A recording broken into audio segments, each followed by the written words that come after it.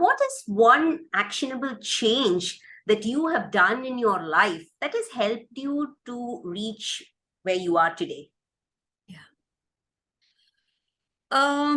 So I'd like to maybe talk about two things, Shripriya. Maybe they're just one, right? So let me start and share. Yeah. So I think, all of my life I've been driven very much by performance, Okay. right? I mean, and like I said, 80s, 70s, 80s kid growing up, in India, competition and competitiveness are something that, you have to get used to. You have to thrive Correct. in, right? I mean, and resources, now things are quite different. Correct. Though I'm saying my children will not agree with that, but I feel at least there are more options, choices. So when you get, when you're part of one such an environment, Correct. it's very easy to become very driven, very particular about performance, Correct. not letting chances go, sort of touch and become gold, those kind of things. So you also land up being very hard on yourself.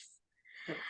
But I think one of the most beautiful things I've learned, not just in my work with clients, Supriya, as a coach, but even earlier, through my days as a corporate leader or management consulting, or I would even say life, right? I mean, my roles of being a mother, being a daughter, and all those things, right? Being a partner.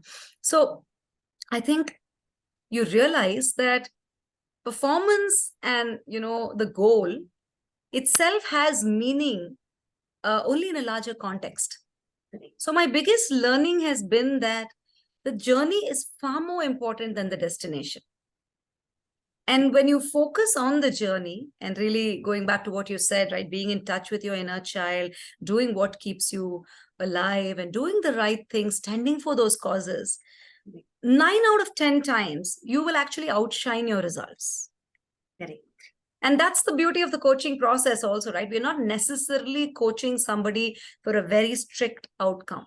It's more the journey, who that person is becoming in that journey. And most people would say that, hey, I wanted this, but I've actually landed up doing this and that. Correct. So that's been a huge one for me, saying, and being, having played professional sports is very difficult because you are judged on your end result. Correct. It doesn't matter, right? I mean, you got to win that match. You got to win the tournament. Nobody really cares whether you enjoyed your game or no. But that's on, that's on the sports field. Maybe that's still true for people who do that professionally. But I think for everybody else, life is a far bigger game where you need to enjoy that game. Yeah. So I think that's been a big one. And building on that is also a sense of, a bit of detachment. Okay. Saying that, okay, it's fine if, this does not happen, or something did not go your way, or, something, life did not go as per your plan. Life never goes according to your plans, right?